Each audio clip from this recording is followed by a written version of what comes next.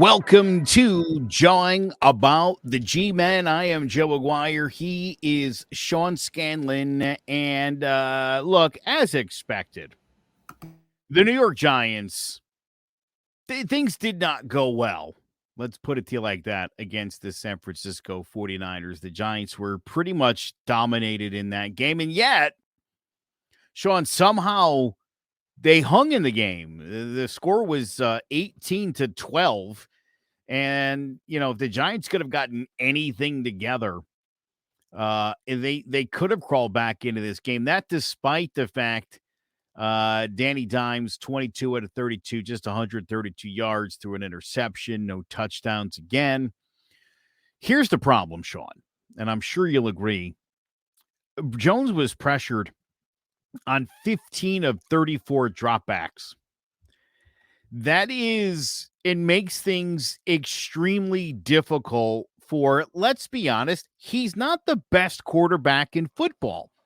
I don't think anybody thinks that, but I'd like to remind people, Sean, that when you're talking about the greatest Giants quarterbacks of all time, it's a short list. Phil Simms is probably on it. Eli Manning is on it. And then if you want to go a couple deeper, you're talking like Frank Gifford and Y.A. Tittle.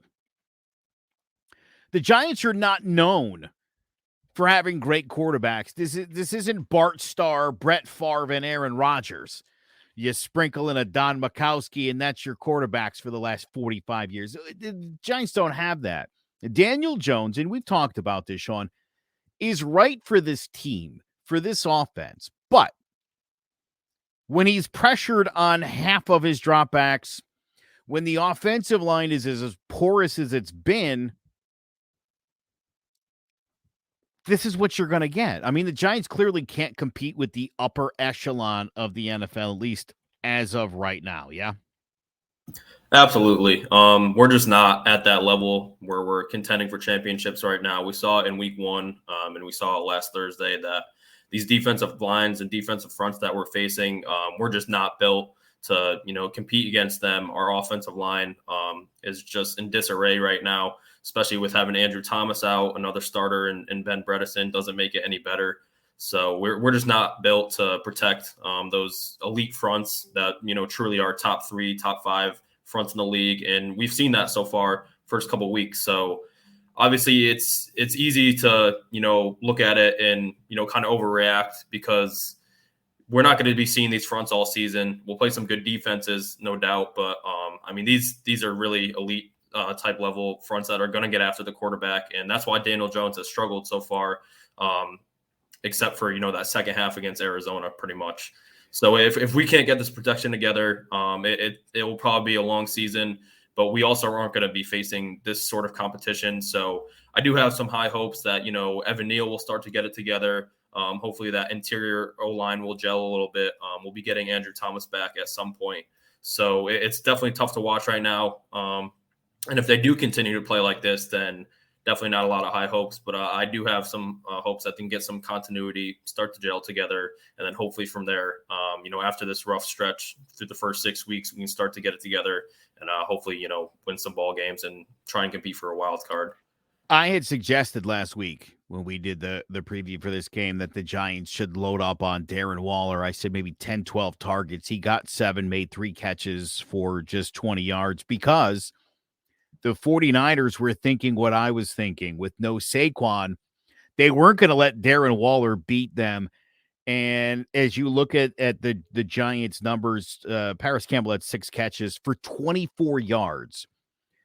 So nobody else stepped up. Matt Breida led the rushing attack, 4 carries for 17 yards.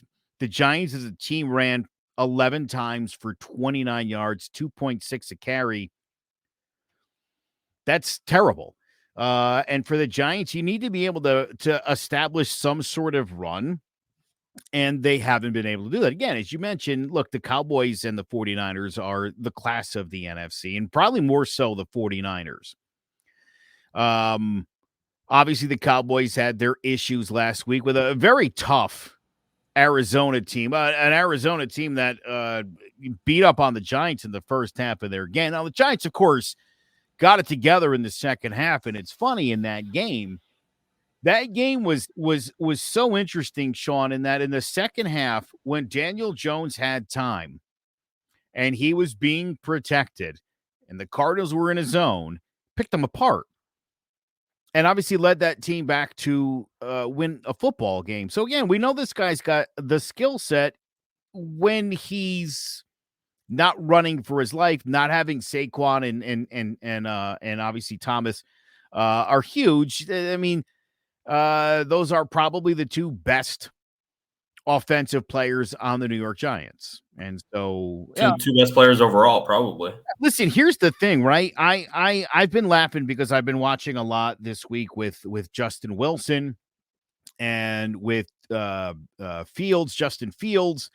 And in the case of Justin Wilson, he's a piece of garbage. It's got nothing to do with the coaching or the poor selection as high as they drafted him, or the fact that they went out and got Aaron Rodgers and didn't have a contingency plan.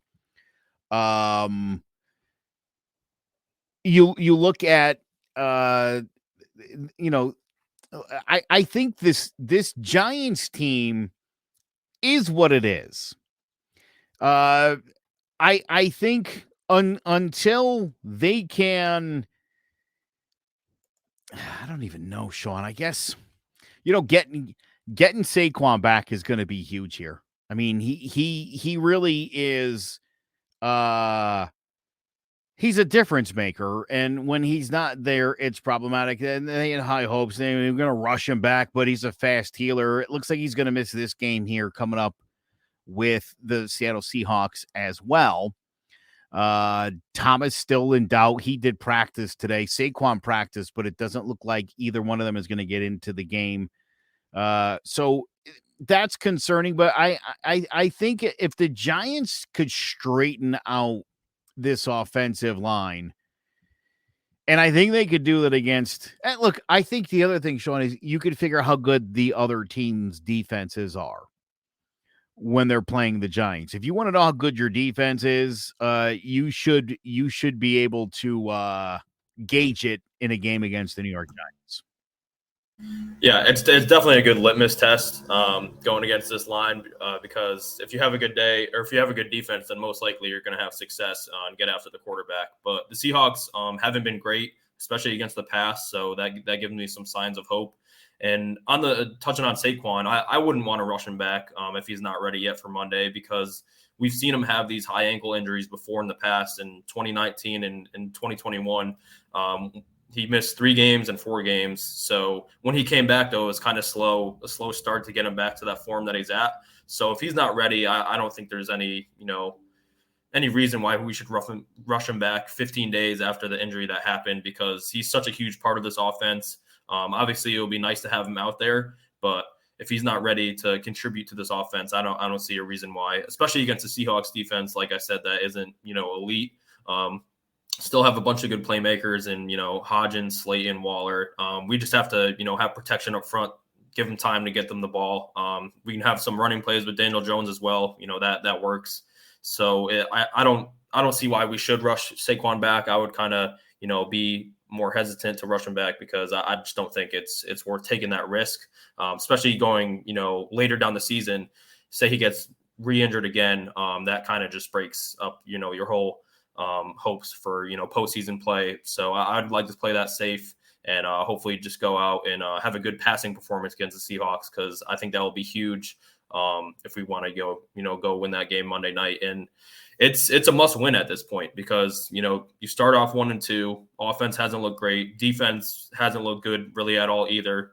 Poor tackling, no pass rush, 2 rookie cornerbacks, which, they played well so far, but you can't really rely on that all season, especially with no pass rush. So this is a must win because then you have Miami, who looks like maybe the best offense of all time. And Buffalo, who after that, rough week 1 has come out and beat the crap out of the next 2 teams that they played. So they're back to being Buffalo. So this is a must win at home Monday night, big opportunity in prime time. If you don't win this season can really go off the rails. So it's really important that this offense, starts to get it going. obviously Geno Smith is the starting quarterback for the Seattle Seahawks. And he's played well. He's played well in the last 2 years. And I forget which Giants group that I'm in. Arguably one of the stupidest things I've ever heard in my life. They suggested this is a revenge game because Geno, of course, replaced Eli Manning in the starting lineup. And I don't think Geno asked for that. I don't think Geno was expecting that. I think we were all shocked that it was Geno and not Davis Webb that got the start that week. I don't think the Giants have any ill will towards Geno Smith, and the fact that he's gone on to do good things. And I thought, like, that is the possibly the stupidest thing I've ever heard. A revenge game. He didn't do anything. Somebody was going to start in Eli's place. It happened to be Geno. What? Like what? Even people even talking about? Yeah, This fan base is questionable at best. Yeah. I mean, some of the fans just like to make connections when you're playing a team, going against a former player who used to play for the Giants. I don't really see that. It was Ben McAdoo's decision, which is still a stupid decision. Eli, should have had some respect from this organization where he got to, keep that streak going as long as he wanted to. Because we weren't playing for anything at that point. Geno Smith wasn't going to be our starter, going into the next year. If you want to see Davis Webb, maybe to see if you have a young quarterback, but it doesn't make a lot of sense. If anything, I think it's pretty much just from the fans who, I mean, obviously loved Eli that they want to see, Geno Smith probably do poorly, but he's been really good. So, by the way, my understanding of this situation is that they basically told Eli something to the effect of he would either start the first half or the second half and somebody else, and he said no. So he very well could have kept that streak intact, and he didn't want to do it that way. Right? So to suggest that there's any animosity or that any of this falls on Geno Smith is, I mean, it's a stretch. It really is a stretch. And let me say this, because I've seen a lot of this on social media in the last few days, and we're going to talk about Daniel Jones and some things that the 49ers said about him. And I know a lot of fans still aren't sold on Daniel Jones. And to those folks, I say this. If you're not a fan of Daniel Jones, you're not a Giants fan. Plain and simple. It's your starting quarterback. You might not like him. You might not think he's great. Maybe you don't think he's even good. That's your starting quarterback. If you're not on board with this guy, you're not rooting for this guy, who, by the way, leaves everything out on the field. I mean, he is a competitor like nobody else in this league, man. This guy, a lot of the times, is basically tasked with carrying a lousy team on his back. And it doesn't look good because the team sucks. That's the real problem here, is that this team has so many holes, and it's like you want to blame it on Daniel Jones. Anybody who's watching this team that knows anything about football, it's obvious this guy is not the problem. Yeah, and casuals who don't actually watch the Giants games will tell you different. They'll look at Daniel Jones' numbers and say, "Hey, he doesn't throw any touchdowns.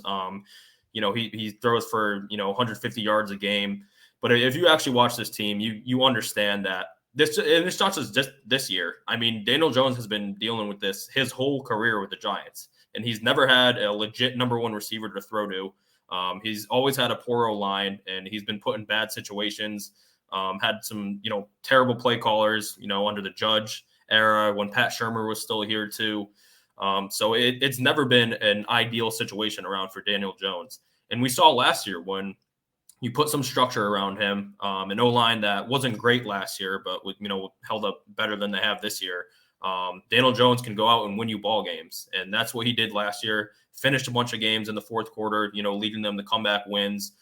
Finally brought them to a playoff game, won a playoff game on the road against a 13-win team. Say what you want about the Vikings last year. Daniel Jones still stepped in and did that, and one of the best, performances of his career.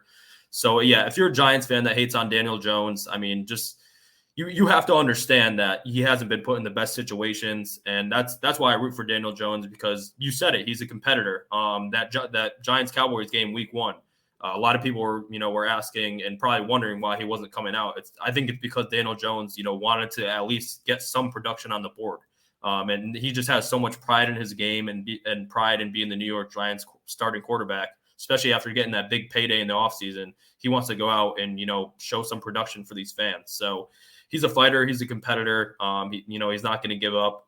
And that's what I love about Daniel Jones. I think he'll be fine the rest of the year. I think this offense will start to get it clicking. It's tough when you have, like I said, 2 of your first 3 games are against elite defenses. It's tough, especially with what you have around you. So I think he's going to get it to the click. And I think he's going to shut up a lot of, Giants fans and fans across the NFL that, probably aren't even watching the Giants games. They just like to, make fun of Daniel Jones because it's easy to do. But he's going to show up.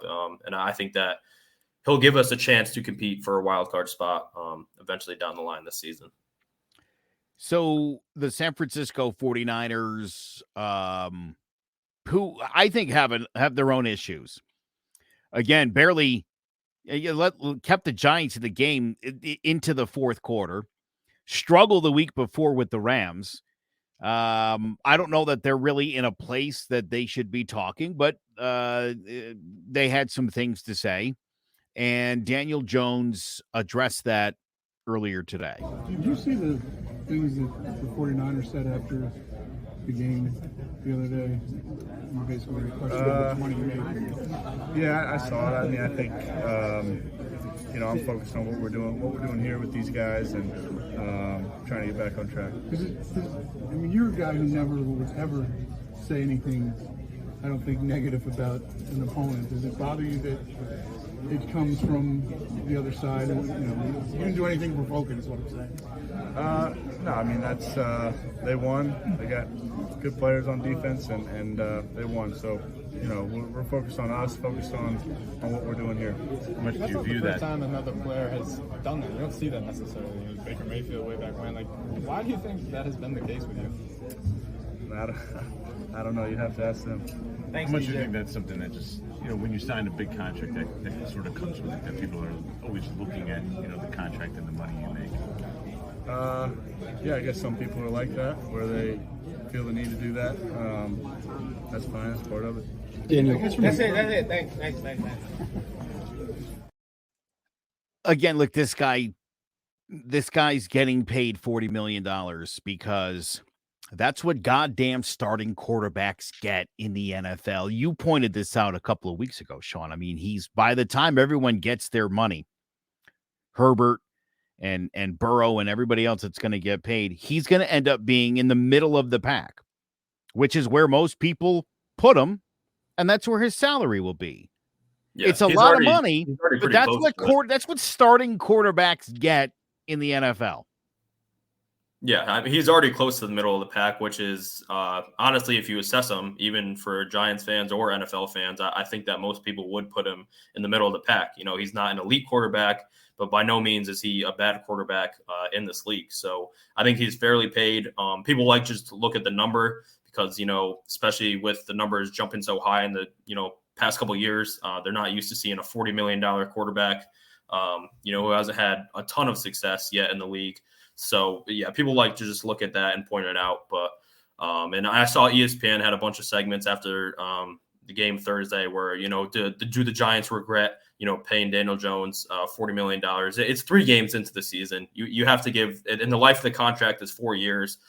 They just like to overreact to everything. So you have to let the contract play out, at least let this season play out before you can really, jump into that. But I think it's unfair to Daniel Jones. And you see it in that video. Daniel Jones is just all class. He's always been that way. I think he kind of got that from Eli as well. But, he's not just going to put any teams down. He's just going to come in, do his job, not say a lot, put his head down and roar. So that's what I love about Daniel Jones. And I think that he's going to, end up playing better in the season. Like I said before, I think that eventually at some point we'll be in that wild card contention where, people will start to understand that this contract was actually worth it. The comments and the reporters basically suggested, look, he didn't do anything to provoke these guys. And, you look at someone like a Baker Mayfield, and, Baker used to get into it with people, and people offered their opinion about what a piece of garbage Baker Mayfield was. But they were more talking about Baker Mayfield as a human being, and as a person. And the fact that he sucked as a quarterback didn't help, but we were talking about what a joke of a human Baker Mayfield was. And that's why all the ridicule, because that guy played like crap and didn't even understand he was playing like crap. That's why people talked and said the things they said about Baker Mayfield. Daniel Jones, as you said, goes out there, he does his job, he doesn't talk, he doesn't he's one of the most humble guys in the league. And Giants fans that are hating on this guy, what's your end game? I don't understand that. I really don't. Zay, thank you for joining us. No, my bad. It's my fault. Zay wasn't late. It was all my fault, and I appreciate you being here. Let's talk Daniel Jones. This guy's getting it from everybody, Zay. What do you got? Little bit of rightfully so, a little bit of too much. For the most part, I can see where people agree that we need more from Daniel Jones. I think that also goes to his play calling. I was upset with the amount of usage we had for Hyatt last week. I think Hyatt is a game changer, and I think Daniel Jones needs to be more vocal in getting him the ball in some way so that offense can become explosive. But outside of that, I think a lot of criticism is harsh. Like you guys have mentioned, I don't need to, double down on it. He's been let down by the front office. He's been let down by the offensive line. He's been let down by his staff around him in general. And obviously, like Sean said, after what he did last year, I don't know why people are still coming after his name. There are quarterbacks in the league who have done a lot less than him and more time, who doesn't get as much criticism. Hey, but big Giants fan right here. Oh yeah, big Giants fan. Hello. All right. Hey. All right. But he just wanted to be on screen for a minute. He's a Giants fan now. He's all about this team and the suffering that comes with it, Zay. Look, it's part of the. You gotta let her know it's part of the. It comes with the territory of being a Giants fan. The ebbs and flows of the seasons we go through. But again, like Sean said, I think things will start to even out as the year goes on. I think the Giants will improve in certain aspects. Please don't worry about me. I'm just trying to get my laptop together. But I do think they will. I think they'll round the corner. I think they'll get Saquon Barkley back at some point. I don't think he needs to come back this week. I think the Giants are more than capable with Daniel Jones. Like I mentioned last week or the week before, one of them. Daniel Jones has led this team without Saquon Barkley on the field. That Green Bay game is one that stands out to me, where Saquon actually got hurt, missed the drive, and he drove down the field in 7 plays and scored a touchdown against the great Aaron Rodgers and Green Bay Packers. So I think everyone just needs to take a little chill pill on this criticism and hate for the guy. The guy, he hasn't been here that long under stable situation and standards to be hating on him. I just think people need to take a break, sit back, and like Sean said, be Giants fans. Just enjoy him. He's going to turn around. Guys, Eli was terrible. Be Giants fans. Like, I don't know what people were expecting from this season. It seems some Giants fans somehow thought that adding Darren Waller and Paris Campbell, this team was going to go 17-0. And obviously, look, that's not in the cards here. This team is going to struggle against the elite teams. Sean and I talked earlier about those teams with great defensive fronts. The offensive line's still a bit of a mess, especially with Andrew Thomas out. It's going to take some time to get this all figured out. The Giants, you're right. I think the Giants can beat Seattle. They certainly can. The defense, Sean, you pointed this out.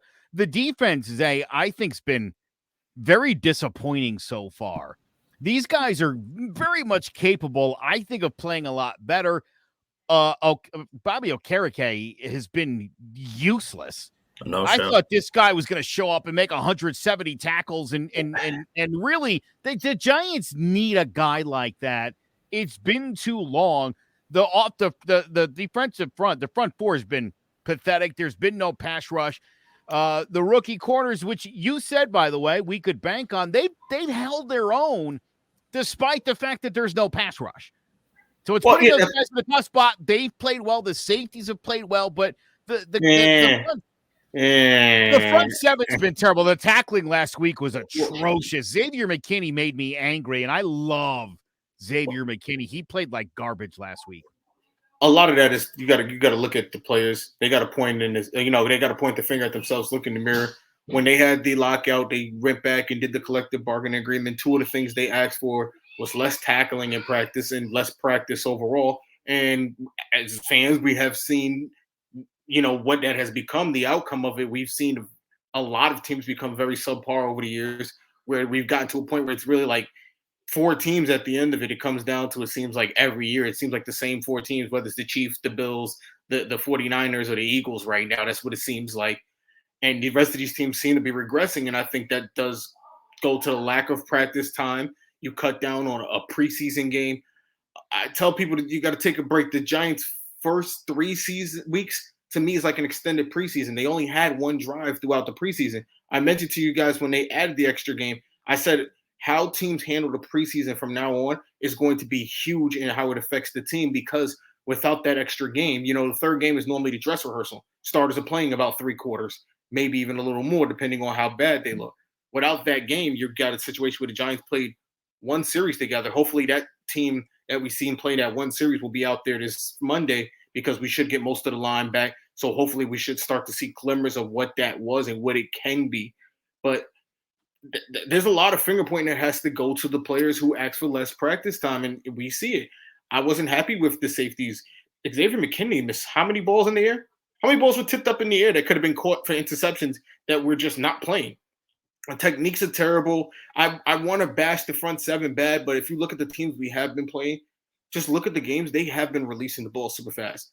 The 49ers get the ball out in under 3 seconds. That's hard for any pass rush to get there. The Cowboys have a ridiculous offensive line, but they do get rid of the ball fast. So when you combine those two, again, that makes it difficult.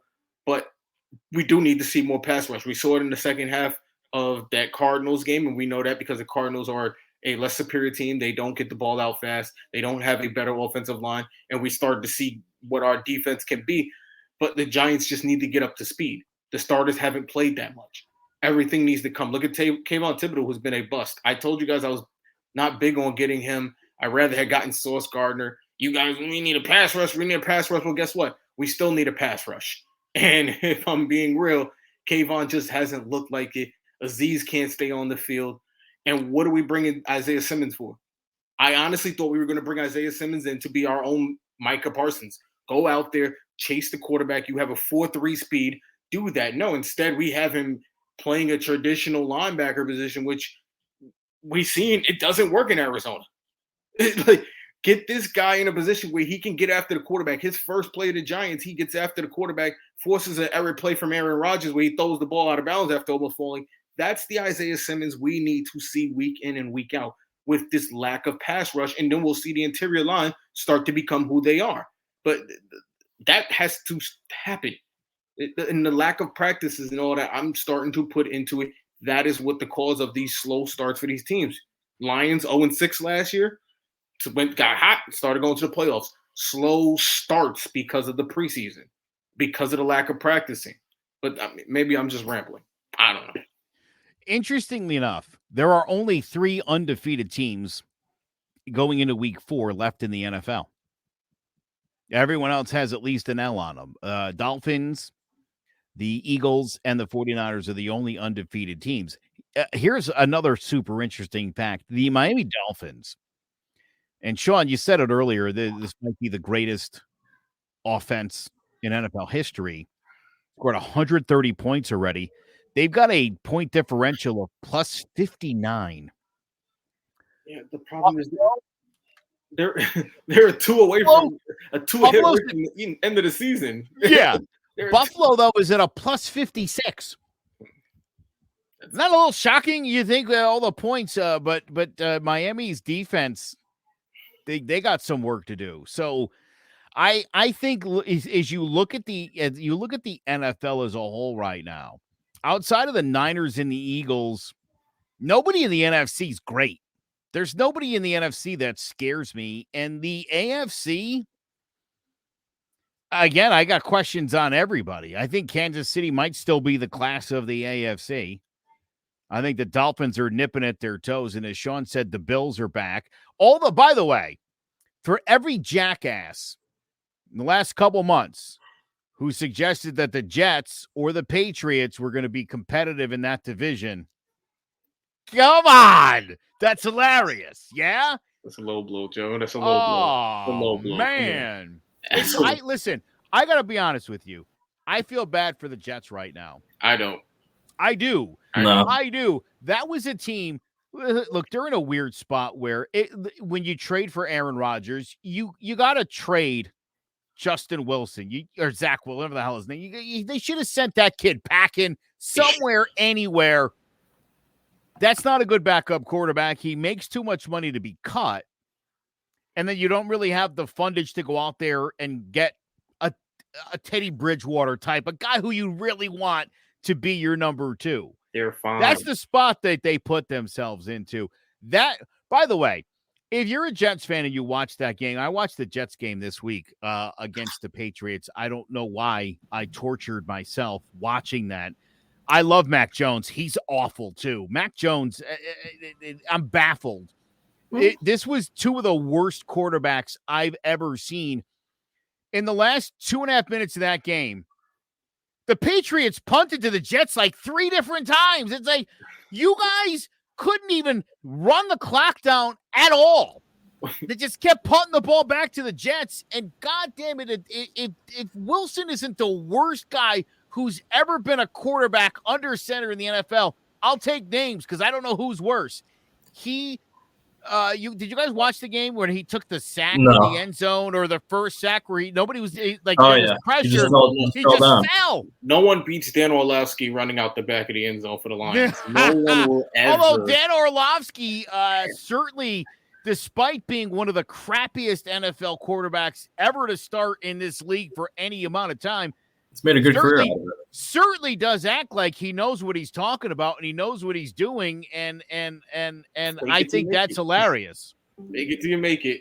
No, the Jets are in a perfect position. If I'm being honest, you start Zach Wilson every week.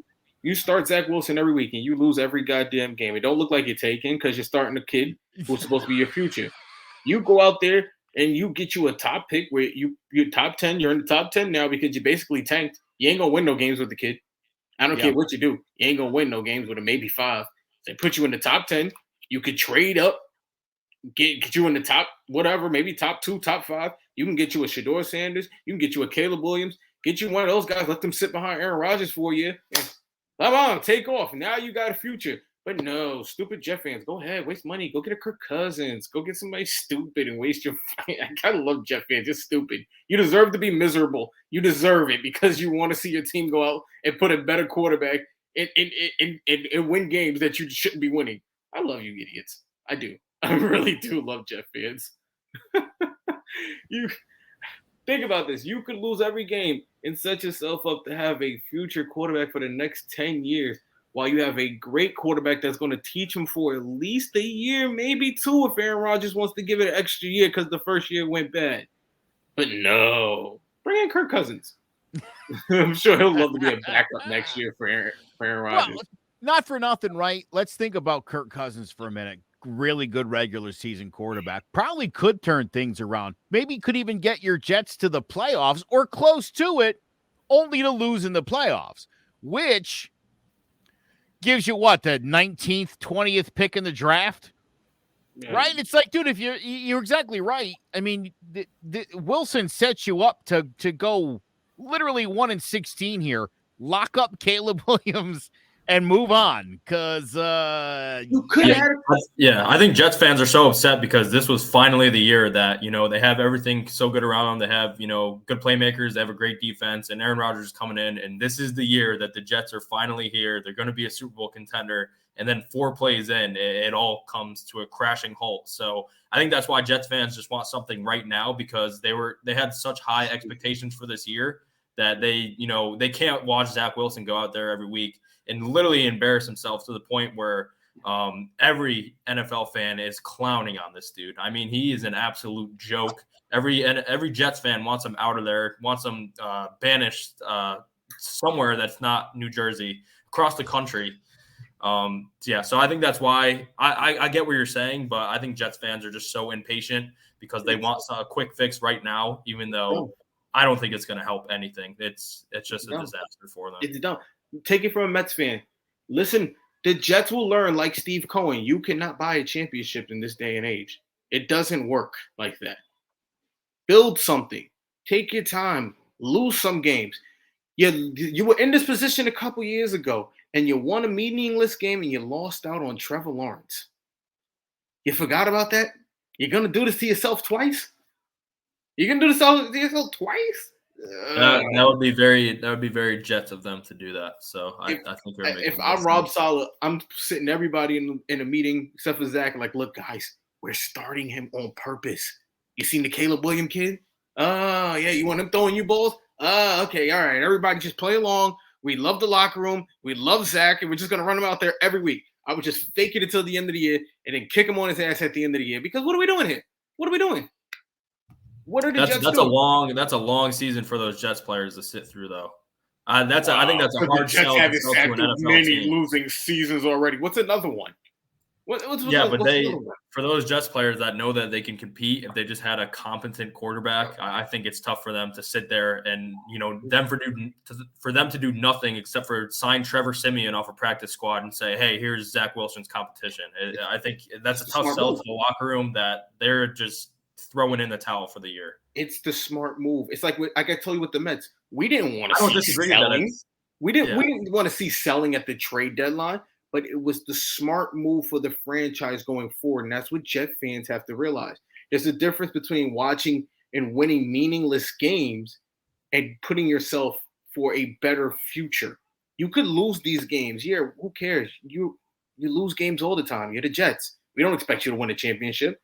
But then you can set yourself up where you're actually expected to win a championship, because I'm more comfortable next year with Caleb Williams and Shedeur Sanders as a backup quarterback than Zach Wilson. That's for damn sure. And I'm telling you now, he's on a rookie contract. He's a high pick. He ain't going nowhere next year neither. Yeah. You have to understand as Jet fans. Obviously, we're not Jet fans. It's not our dilemma. We care like a pinch of salt. We'll be fine. But they have to understand they have to set up their future. It's just part of sports. You don't want to sell off your future like the Rams did. The Rams are lucky that Matthew Stafford's as good as he is, or they'd be very, very, very miserable right now. Yeah. Because they sold off their future for one championship, Jets. Is that what you want? One more championship and in 64 more years and none? Come on, people. I think the Jets will take that, though. I think they would too. Desperate. They are desperate. That's what desperate fans do. I'm going to give you my 5-team parlay for this weekend, by the way. And I think these are easy locks here. You can pretty much cash your check now. You got Philly at home against Washington. Come on. Easy. You got Los Angeles at home for Las Vegas. Easy. Easy breezy. Dallas is entertaining the Patriots at home. San Francisco is home for Arizona. And the Kansas City Chiefs head to New York to play the Jets. Those are all 5 gimmies. Those are all going to hit, except for your boy Justin Herbert is going to tear it apart for you. Just for all the slander that you've thrown his way. He's gonna throw a pick 6 with 2 seconds left, and the Raiders are gonna end up winning. No, it'll be the Commanders beating the Eagles. That's what it'll be. Or that they beat them last year. Eagles have looked human. They have looked human this year. They have not looked like the team they were last year. a plus 25 in the point differential. They haven't won impressively. They have even. I thought they were going to lose that game to the Patriots, and we talked about how bad Mac Jones is of a quarterback. They didn't look that. They looked like they was almost going to blow that game to the Buccaneers a couple of nights ago. I was really nervous for them at the end. Obviously, they got a turnover because Baker Mayfield is Baker Mayfield. He gets the ball back and gives it right back to them. But boy, the Eagles are the problem with the Eagles right now to me is they have to play almost perfect to win. That's what I'm seeing with the Eagles. They have to play almost a complete game to win. Because if they don't, there are cracks and holes where they can lose. They have not looked as dominant as they did last year. I don't know if maybe the offensive coordinator change, maybe that's the issue. Maybe defensive coordinator change. I don't know what it is. There's something. I can't put my finger on it. And that's why I'm not ready to give the Eagles the division just yet. I think there's something human about them this year that I didn't see last year. I will tell you this. I did have Tua Tagovailoa as my starting quarterback in fantasy last week, and holy crap. Yeah. I don't know if him or Big Mike Williams, who put up like 40 points, catching passes from your boy Justin Herbert. He was a monster. And oh my God, dude. Jesus boy. Deebo Samuel. Who else I have? Amari Cooper. I mean, I had one of the greatest weeks in the history of fantasy as far as I'm concerned. It was an unbelievable week. I cleared 200 points in 2 different leagues, and I pulled myself from the cusp of disaster to back into contention. It's a long season. Must be nice. Yeah, it is. Must be nice. I'm ready. You guys got a fantasy lock this week? Who's got to be in people's starting lineups? Yeah, Sean, you want to go first? I mean, no, I don't even have one prepared. You don't even got one. Look, for me, it's Amon-Ra St. Brown tonight.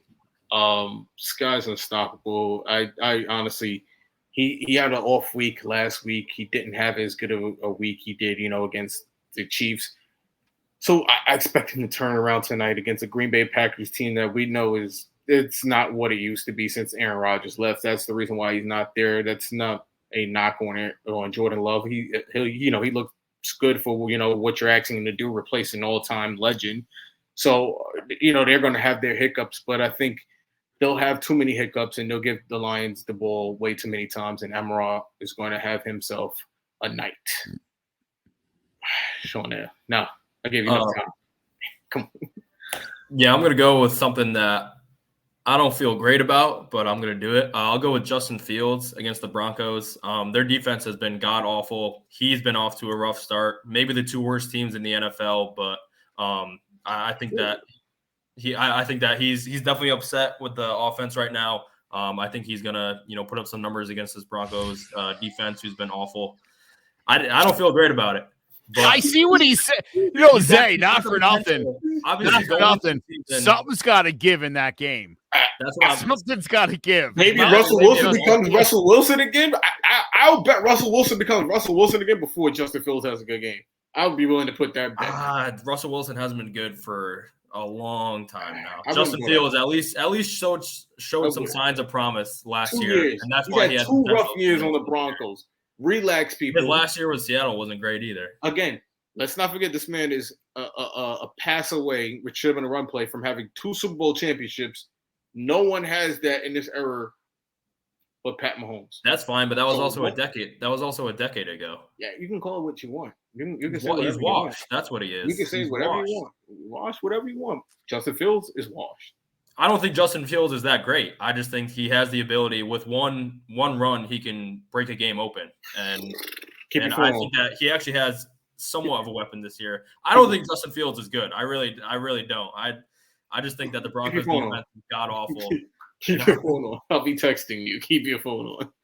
Okay, that's great. Hey, I started with saying I don't feel great about it, but I got a feeling this will be his one good game of the year. It's a good way to patent the fall. Good way to soften the fall in your ass. I like that. I don't feel good about it. You gotta, yeah. You got to protect. You're not going to like mine. My fantasy lock, Seattle Seahawks running back, Kenneth Walker III. I feel like you did this last week with McCaffrey. I did. And I'll tell you what, McCaffrey had a pretty good week, though. He kind of did. And I feel like, again, I haven't seen the Giants defensive front tell me that they can stop this. It's either that or DK Metcalf's going to have like 180 yards receiving on 6 or 7 catches. I'm assuming I think the Giants corners are playing much better than the defensive front. So I think they're going to pound this ball to Kenneth Walker. I think he's going to have a pretty big day, and it's going to be a long Monday night. This guy's a Giants fan, right? Yeah, I love the Giants, but I also like to win fantasy. Oh, man. I like your strategy of just picking against. It's what happens when you get paid. Dexter Lawrence got paid. When players get paid, they're not as good as they were. I don't know what it is. It's weird. It's weird. It happens. They get. You know what I think it is? Because you work so hard to get paid that it basically you popped your cherry and now you're on your way back down. Listen, Polar Knights, you've made this joke before. Step up your game, dude. I think you could do better. The perfect evolution of beard. What's the evolution, though? Made the same joke. Yeah, plus they're all basically full beards. Come on. You work on the jokes, buddy. Wait. Who doesn't have a full one? Now, you're saying basically who doesn't? That's what I'm saying. What? Oh, yeah. I'm gonna need a power ranking from Polar Knights. Yeah. Come on Polar Knights. Oh, if you're gonna bring it, okay? You know what I'm saying? You gotta bring it. Weak stuff in here. That's all. That's all we're asking for. All right. Well, so what do you guys think? You guys think the Giants win the game Monday night? I do. I think they're still on track. I said it before, there were games on the schedule I thought that they could win and they could lose. Right off the bat, we were unsure if the Dallas game could go either way.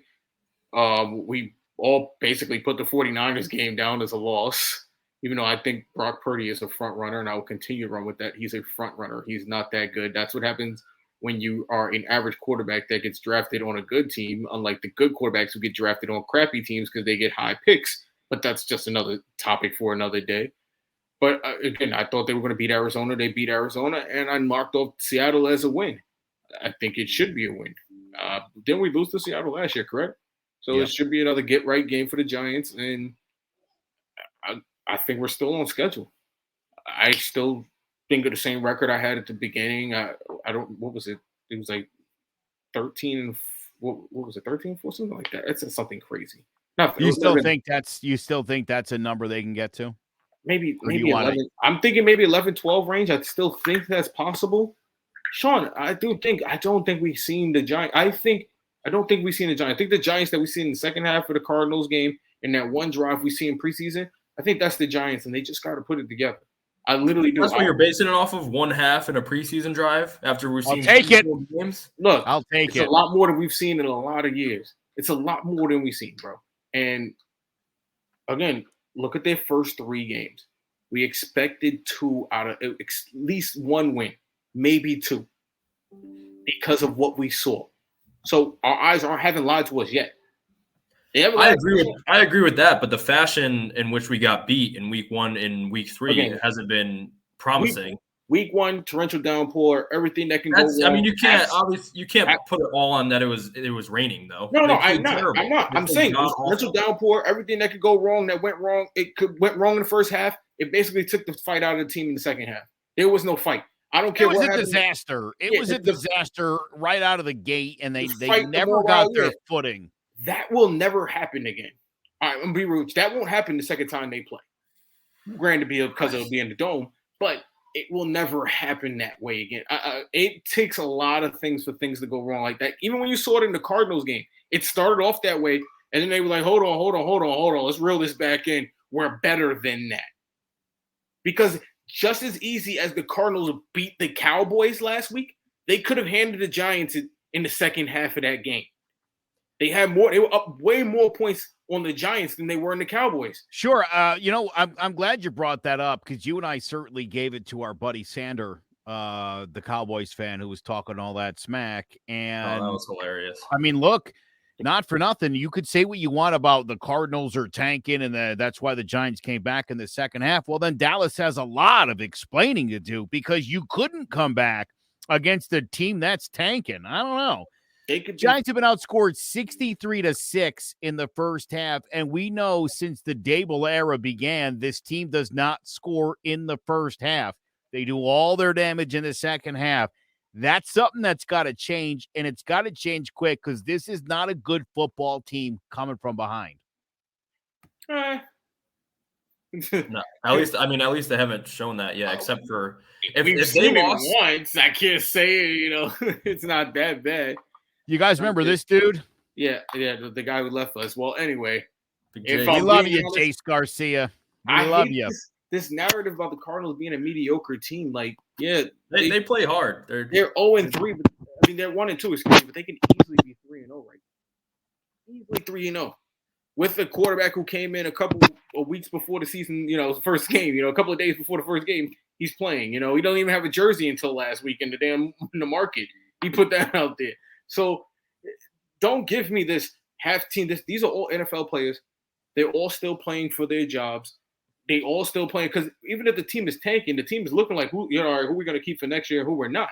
These guys are still going out there and earning a check. They got families to feed. So don't give me that nonsense about a mediocre team, They're in the NFL because they're at that level.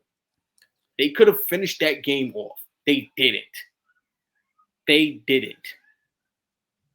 I think this is the best test, though, to see if we're a mediocre team or not, though, this upcoming week, because we're not in the Niners or Cowboys class. We're not. The Cardinals was great that we came back and won that game, but and even though the Cardinals beat the Cowboys last week, I still think they're a bottom half team in this league. I think that's fair to say. Granted. So this is the first team that's, I think, close enough to our level where we can actually compare ourselves to, where I think we'll have a better idea going forward what we're going to look like after this upcoming game on Monday night. 06, I'll bring back to you. And I mentioned this a couple of weeks. I think Joe brought it up too. Giants started off 0-2. In the second half, they were getting their ass handed to them by the Redskins. And there was a four-play stop at the goal line. Turned their whole entire season around. All it takes sometimes is just a little confidence, and you can reel off 6 in a row. Then you can lose 2, reel off another 3 in a row. This is the reason the NFL is so great is because every game matters, and there's only 17 of them. We're sitting here in week 3, assuming what the team is going to be in week 18. You can't do that. Especially this team. When I tell you the Lions started off 0-6 and barely missed the playoffs. We are in the era of teams going 0-3 and it's completely over. No, you have extra games now. You got extra playoff spots now.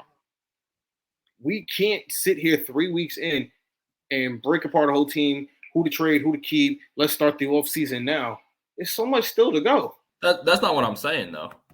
I'm just saying from what we've seen on the field, I don't think we can say that, we're an 11-12 win team right now. That's from what I've seen on the field. I think we look more like a 7-8 win team than an 11-12 win team that's, competing for the playoffs. That's why I said this week is important to see where we are down the line. I think you're both right. I agree, Sean, that this is a team that I think you're in that similar mid-echelon, or so we think. And if the Giants get it handed to them by Seattle, then you know that they're terrible. Yeah. If the Giants can play with these guys or beat these guys, then you're like, oh, all right. So we're here. We're not at Cowboy Niner level, but we're somewhere in here, and that would be fine. I do think this team can still turn things around. I think that's Giants football. Again, this is a second half football team. We know the first 8 games of this year's schedule, a brutal schedule. Things do lighten up a little bit in the second half. They're a better second half team anyway.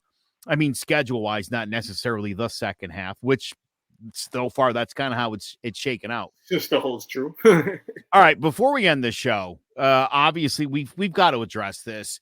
Travis Kelce, Taylor Swift. How adorable! You guys loving that or what? Can we not? I've blocked Taylor Swift on any Twitter memes, mentions, or anything. I don't want to see it or hear about it.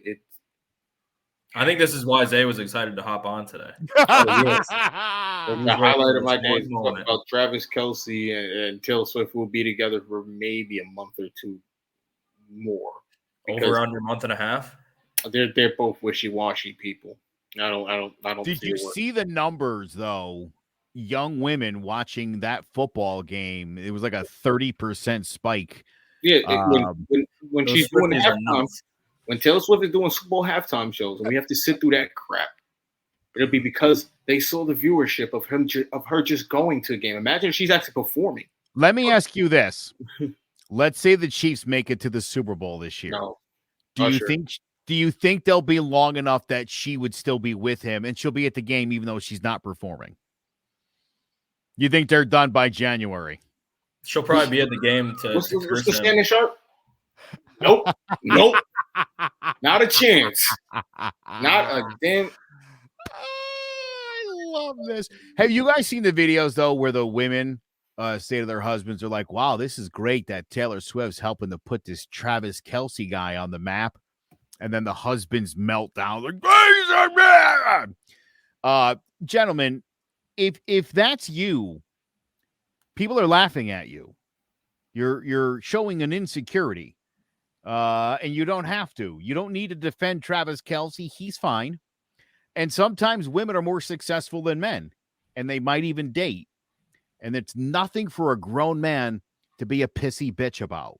So, guys, I've seen a lot of these videos on the TikTok, and you look like a little bitch melting down about this. Okay? Taylor Swift makes more money per night, $13 million, than Travis Kelce makes per season, $12 million. Okay? He's famous in his own right. He's hosted SNL. He's got a really super popular podcast. He plays for the friggin' Chiefs. He has more endorsements than she does. She's not a big endorser. She doesn't really like to do that. But she's still raking in as much money per night as he does in a season. I know it's a little untraditional. And for some reason, right-wing media is losing their mind about this. And to that, I say, grow the fuck up. Okay? Like Zay said, this isn't going to last long. Let the kids enjoy it. All about the kids here, John, about money. the Gmen. Too much money. The relationship can never work. There's too much money involved. Yeah. By the way, have you seen his previous girlfriends? They're all like super hot black supermodels. Mm-hmm. Notice the mustache change too, right? You noticed that, right? Yeah. He went from "come on, bro" to "get on your knees, boy." Real fast. That's pretty bad of you, Travis. I messed with "come on, bro," Travis. Not put your hands behind your back, Travis. I'm not a fan of this one. Oh my God. This is my fault for even bringing this up. That's my fault, Sean. I deserve that. And Zay, you were right to say all those horrible things you just said. I opened the door, and that's what I cut get. this all off, throw off the evolution of beards, and just get this mustache going. Who's it? Polar Knights will be upset because one of us won't have a beard anymore. I don't even think I could do that type of mustache if I'm being honest. I don't think I have the genetics for it. Yeah, I'll shave to a mustache for next week's show. Yeah, I got too much testosterone to do that myself, I think. Yeah. ClovercrestMedia.com/Jawing About the Gmen. Make sure you follow us on the YouTubes. We're on Facebook. We're on the Twitter. We'd love to hear from you. Make sure you subscribe and do all that other crap. We'd all really appreciate it. Zay, thank you for showing up. Always appreciate that. Oh, I love being an extra on the show. There's nothing more I love than being a guest and hearing you two guys expert input and just joining in. I just thank you guys for the opportunity. I'm flattered to. I love you. You're the man. I thought Zay said he wasn't going to be around this week, and I didn't send him an invite. And the show started, and I got a very pissy. I'm just sitting here at home. Look. And so no, that was my bad, and I do apologize. And Zay, you're my boy, and I love you, dude, and I love when you're on the show. You really make this show, especially when you say something absurd and everybody looks at you crazy. And then a month later, I'm always like, God, he was fucking right again. It happens. It happens. Zay says a lot of things that in the moment you're like, that's the stupidest thing I ever heard. And then fast forward a month and you're like, oh my God. Well, that's why ESPN didn't hire me. But that's why I ran into that issue. And this is why I'm at CBS, because ESPN, they heard, this guy, he doesn't say what we want him to say. He doesn't say the most obvious dumb thing that you could say on TV. He can't work for ESPN. He can't have the most obvious opinion out there that people had already known for 4 months, but now we got to make it seem like because we know about it, everybody else knows about it. But that's ESPN, so it's cool. I enjoy being the oddball who makes those weird random takes that no one agrees with at first, and it works out. That's why we love you, Zay. Thanks. I See appreciate it. into the future. I'm crying. He's great. Anyway, for King Zay, the man Isaiah Grows, for Sean Scanlon, I'm Joe McGuire. Thanks so much for watching. We'll catch you next week for John about the Gmen.